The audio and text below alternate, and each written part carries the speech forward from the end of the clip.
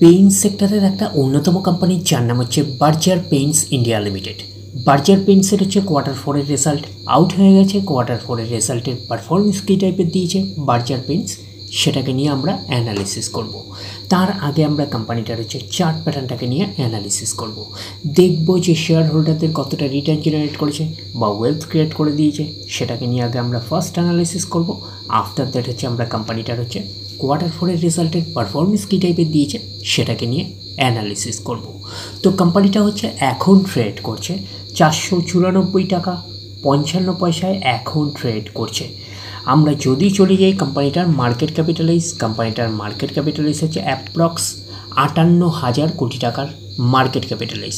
অর্থাৎ এই কোম্পানিটাকে আমরা লার্জ ক্যাপ টাইপের কোম্পানি হিসাবে কিন্তু কনসিডার করতেই পারি। তো কোম্পানিটার আমরা যদি একদিনের পারফরমেন্স দেখি 2%-এর মতন পজিটিভ রিটার্ন জেনারেট করেছে একদিনে। 5 দিনের পারফরমেন্স করেছে 1%-এর মতন পজিটিভ রিটার্ন জেনারেট করেছে 5 দিনে। 1 মাসের পারফরমেন্স দিয়েছে 2%-এর মতন নেগেটিভ রিটার্ন জেনারেট করেছে 1 মাসে। 6 মাসের পারফরমেন্স দিয়েছে কত 14%-এর মতন নেগেটিভ রিটার্ন জেনারেট করেছে 6 মাসে। আমরা যদি চলে যাই 1 জানুয়ারি থেকে পারফরমেন্স করেছে 18%-এর মতন নেগেটিভ রিটার্ন জেনারেট করেছে 1 জানুয়ারি থেকে। তো 1 বছরে কীরকম পারফরমেন্স করেছে, 1 বছরে হচ্ছে 7%-এর মতন নেগেটিভ রিটার্ন জেনারেট করেছে 1 বছরে। তো ন্যাচারাল ব্যাপার, আমরা জানি যে শর্ট টার্মে সেভাবে ওয়েলথ ক্রিয়েট হয় না স্টক মার্কেট থেকে। যত লং খেলবেন স্টক মার্কেটে তত হচ্ছে ওয়েলথ ক্রিয়েট হয়।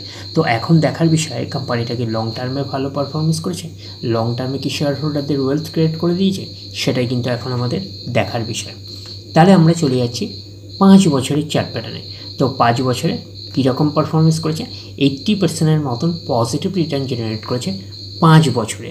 তো 100% মানে ইনভেস্টমেন্ট ডবল, তো ইনভেস্টমেন্টকে কিন্তু ডবল করেনি। তো সেই হিসাবে কিন্তু একটা আমরা বলতে পারি একটা আন্ডার পারফরমেন্স করেছে 5 বছরে।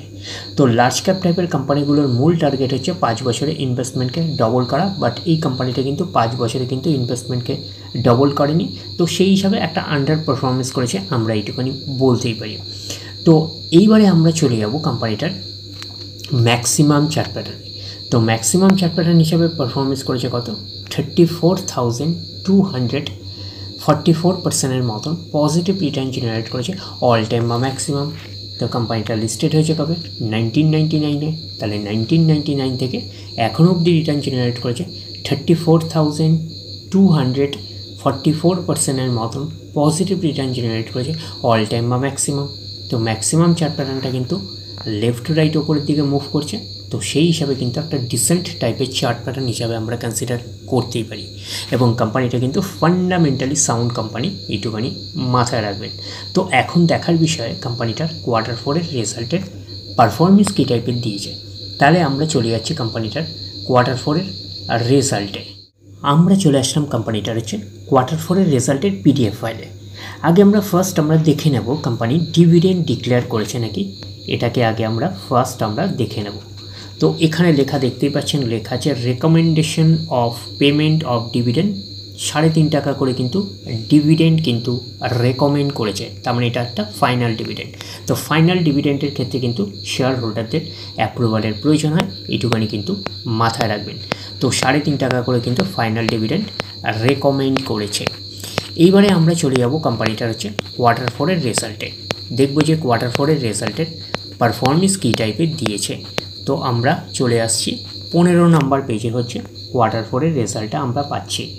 আগে আমরা আমরা দেখে নেব যে সিকোয়েন্সগুলো ঠিকঠাকভাবে সাজানো রয়েছে নাকি, এটাকে আগে আমরা দেখে নেব। এটা হচ্ছে এই কোয়ার্টার, মিস হচ্ছে কোয়ার্টার 4, এটা প্রিভিয়াস কোয়ার্টার, আর এটা হচ্ছে 1 বছর আগে। তাহলে সিকোয়েন্সগুলো ঠিকঠাকভাবে সাজানো রয়েছে, আমরা এইটুখানি বলতেই পারি। এইবারে আমরা দেখে নেব যে অ্যামাউন্টগুলো কিসে দিয়েছে। অ্যামাউন্টগুলো হচ্ছে কালার্সে দিয়েছে অ্যামাউন্টগুলো। এইবারে আমরা চলে যাব কোম্পানিটার টোটাল ইনকামে। তো টোটাল ইনকামে যাওয়ার আগে আমরা কি করব, একটু লার্জ করে অ্যাডজাস্ট করে নেব, তাহলে আপনাদের কাছে ব্যাপারটা আরও ভিজিবল হবে। তো এইবারে আমরা চলে আসছি কোম্পানিটার টোটাল ইনকামে। এই কোয়ার্টার মিস হচ্ছে কোয়ার্টার 4-এ কত আছে 2536, প্রিভিয়াস কোয়ার্টারে ছিল কত 2900, এবং 1 বছর আগে ছিল 2458। তাহলে 1 বছর আগের 2458টা এখন কত হয়ে গেছে 2536। তাহলে আমরা বলবো ইয়ার অন ইয়ার বেসিস কিন্তু জাম্প রয়েছে টোটাল ইনকামে।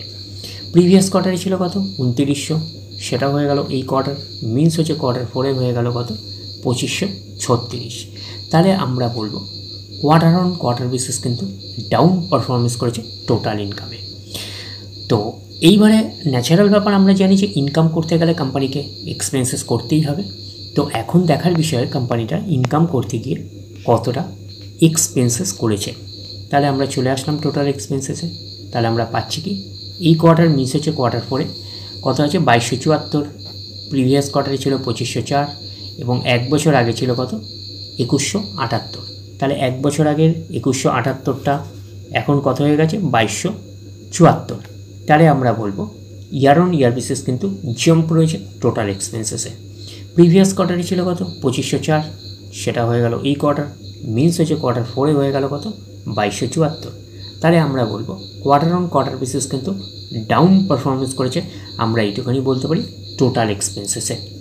তো এইবারে আমরা বের করব কি, এইবারে আমরা বের করব হচ্ছে অপারেটিং প্রফিট। কী করে বের করব, টোটাল ইনকাম থেকে টোটাল এক্সপেন্সেস আমরা বাদ দেবো, বাদ দিলে যেটা পড়ে থাকবে সেটা হচ্ছে অপারেটিং প্রফিট। টোটাল ইনকাম পেয়ে গেছি, টোটাল এক্সপেন্সেস পেয়ে গেছি, টোটাল ইনকাম থেকে টোটাল এক্সপেন্সেস বাদ দিলে পড়ে থাকছে অপারেটিং প্রফিট। অর্থাৎ আপনারা বলতে পারেন profit before share of joint ventures and tax. তাহলে আমরা পাচ্ছি কি এই কোয়ার্টার মিস হচ্ছে কোয়ার্টার 4 262, প্রিভিয়াস কোয়ার্টারে ছিল কত 396 এবং এক বছর আগে ছিল 280। তাহলে এক বছর আগের 280টা এখন কত হয়ে গেছে 262। তাহলে আমরা বলবো ইয়ার অন ইয়ার বেসিস কিন্তু ডাউন পারফরমেন্স করেছে অপারেটিং প্রফিটে। প্রিভিয়াস কোয়ার্টারে ছিল কত 396, সেটা হয়ে গেল এই কোয়ার্টার, মিনস হচ্ছে কোয়ার্টার 4 হয়ে গেল 262। তাহলে আমরা বলবো কোয়ার্টার অন কোয়ার্টার বেসিসে কিন্তু ডাউন পারফরমেন্স করেছে, আমরা এইটুখানি বলতে পারি অপারেটিং প্রফিটে। তো অপারেটিং প্রফিটটাই নিশ্চয়ই কোম্পানির মেন প্রফিট নয়। তারপরে বিভিন্ন অ্যাডজাস্টমেন্ট থাকলে সেগুলো প্লাস মাইনাস হবে, গভর্নমেন্টকে ট্যাক্স পে করতে হবে, গভর্নমেন্টকে ট্যাক্স পে করার পরে কোম্পানির কাছে যেটা পড়ে থাকবে সেটা কোম্পানির ফাইনাল প্রফিট বা নেট প্রফিট হিসাবে আমরা কনসিডার করতেই পারি।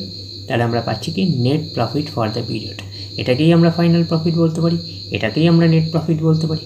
তাহলে আমরা পাচ্ছি এই কোয়ার্টার মিস হচ্ছে কোয়ার্টার 4 222, প্রিভিয়াস কোয়ার্টারে ছিল কত 300 এবং এক বছর আগে ছিল কত 186। তাহলে এক বছর আগের 186টা এখন কত হয়ে গেছে 222। তাহলে আমরা বলবো ইয়ার অন ইয়ার বেসিস কিন্তু জাম্প রয়েছে নেট প্রফিটে।